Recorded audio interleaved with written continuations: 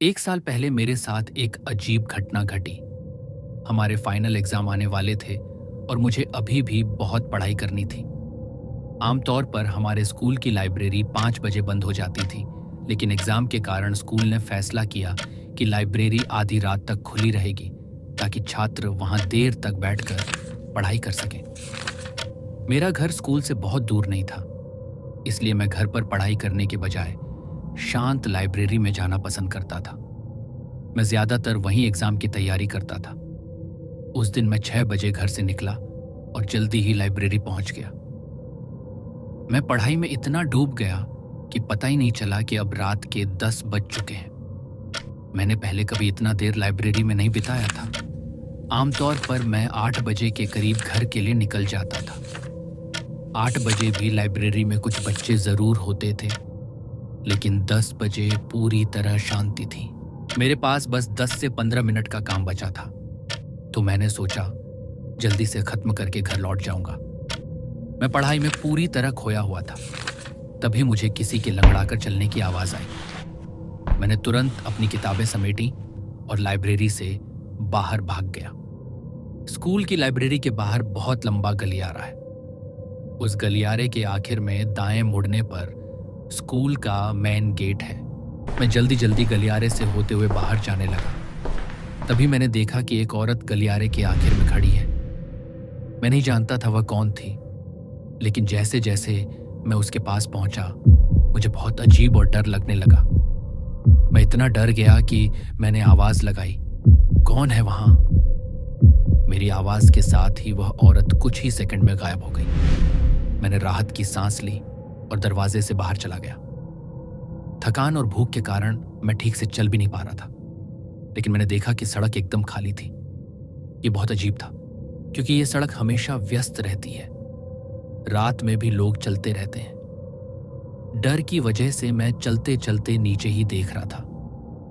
मैं लगभग घर पहुंचने ही वाला था कि अचानक मैंने अपने सामने जमीन पर एक परछाई देखी, जबकि आसपास कोई नहीं था।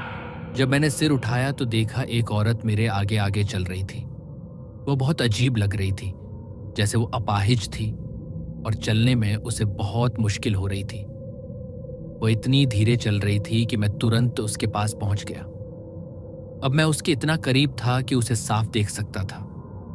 वो फटे मैले कपड़े पहने थी, उसके हाथ पांव टेढ़े मेढ़े थे और उसके बाल बहुत उलझे हुए थे। ये सब देखकर मैं वहीं रुक गया। मेरा मन बार बार कह रहा था कि उससे दूर रहो। मुझ में उसे पार करने या आगे निकलने की भी हिम्मत नहीं थी। तभी वह औरत अजीब सी आवाज में बोली, क्या तुमने मेरी बेटी को कहीं देखा है? मैं डर के मारे एकदम जड्डीज हो गया। मुझे समझ ही नहीं आ रहा था कि उसकी अजीब बात का क्या जवाब दूं। डर के मारे मैंने दूर किसी औरत की तरफ अपनी उंगली से इशारा कर दिया। वो रही वहां पर। बस चाहता था कि वह औरत मुझसे दूर चली जाए। वह लंगड़ाती हुई उसी ओर चली गई और इतनी दूर चली गई कि वह मुझे दिखना ही बंद हो गई। मैं डर गया था कि कहीं वो औरत फिर से मेरे सामने ना आ जाए, इसलिए मैं जितना तेज दौड़ सकता था दौड़ पड़ा। उस वक्त मेरे दिमाग में बस एक ही बात थी कि कोई तो मिल जाए, कोई गाड़ी, कोई आदमी, कोई भी। तभी अचानक मुझे दूर से उसी औरत की चीख सुनाई दी, वो यहाँ है। उसके बाद मुझे कुछ याद नहीं। जब मेरी आंख खुली तो मैंने पाया कि मेरा पड़ोसी मुझे बेहोश हालत में जमीन से उठाकर घर ले आया था। उसी ने मुझे बताया कि 1998 में 32 साल की एक औरत थी, जिसका नाम था अगाथा। उसकी 10 साल की बेटी थी, जो इसी एडन हिल स्कूल में पढ़ती थी। एक दिन खेलते समय आगे की बेटी का एक्सीडेंट हो गया और उसकी मौत हो गई। अगाथा अपनी बेटी की मौत का सदमा सहन नहीं कर पाई। उसके बाद से अगाथा की आत्मा को स्कूल और आसपास के इलाके में घूमते हुए देखा जाने लगा, जैसे वो अपनी खोई हुई बेटी को ढूंढ रही हो। वह आज भी वहीं भटक रही है।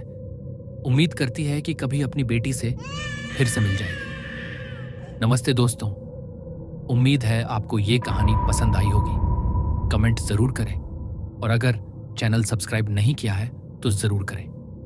अगली डरावनी कहानी के साथ जल्दी मिलेंगे। तब तक के लिए बाय।